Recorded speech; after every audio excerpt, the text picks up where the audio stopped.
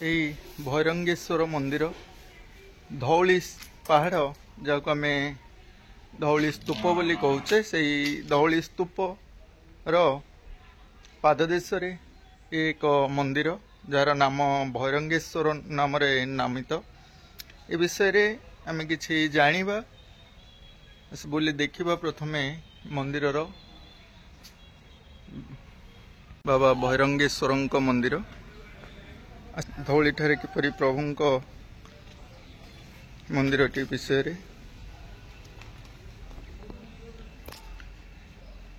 ବହୁତ ଅତୀତର ସେହି ଐତିହ୍ୟ ଭରା ଏ ମନ୍ଦିର ସୁନ୍ଦର। ଭୈରଙ୍ଗେଶ୍ୱର କହିଲେ ଶିବ,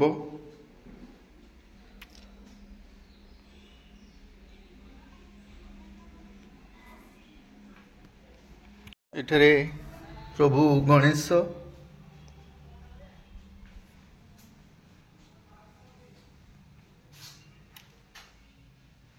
ବିଦ୍ୟମାନ କରିଛନ୍ତି।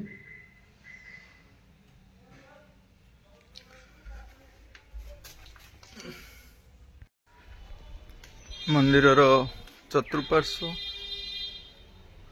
ଅତି ସୁନ୍ଦର ଆଉ ମନୋରମ ଭରା ଏ ଦୃଶ୍ୟ।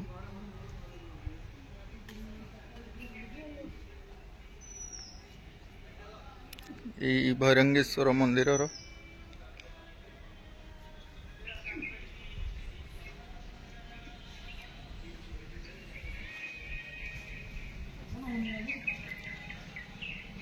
এই ସୁନ୍ଦର ଆଉ ଐତିହ୍ୟର ପୀଠ এই ଭୈରଙ୍ଗେଶ୍ୱର ମନ୍ଦିର।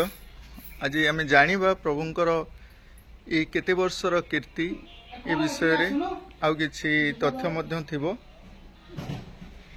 ଭାଇନା ଟିକେ ଆମେ ଟିକେ ଜାଣିବାକୁ ଚାହୁଁଛୁ ଆଜ୍ଞା, ଏଇ ଭୈରଙ୍ଗେଶ୍ୱର ମନ୍ଦିରଟି ଏଇ ଯେଉଁ ଧଉଳି ଠାରେ, ଏ ଧଉଳି ପାଦଦେଶରେ ଅବସ୍ଥିତ, ଏଇ ପ୍ରଭୁ କେତେ ବର୍ଷର ସ୍ଥାପନ କରାହେଇଛି ନା ଏମିତି ଆବିର୍ଭାବ ହେଇଥିଲେ ସେ ବିଷୟରେ? ମନ୍ଦିରଟି ବହୁତ ପ୍ରାଚୀନ ମନ୍ଦିର। ବହୁତ ପ୍ରାଚୀନ ମନ୍ଦିର ଭିତରେ ଏଠି ଆବିର୍ଭାବ କରାଯାଇଥିଲା। ଏଟା ସ୍ଥାପନ ପାତାଳ ଫୁଟି ମହାଦେବ, ପଶ୍ଚିମ ଶମ୍ଭୁ, ପଶ୍ଚିମମୁଖ ମହାଦେବ। ପ୍ରଭୁଙ୍କର ବହୁତ ମହିମା, ସାରା ବିଖ୍ୟାତ ବି। ଏଠି ବହୁତ ପୂଜା ପ୍ରର୍ଚ୍ଚନା ଆମର ଅଭିଷେକ ଫସେକ ହୁଏ।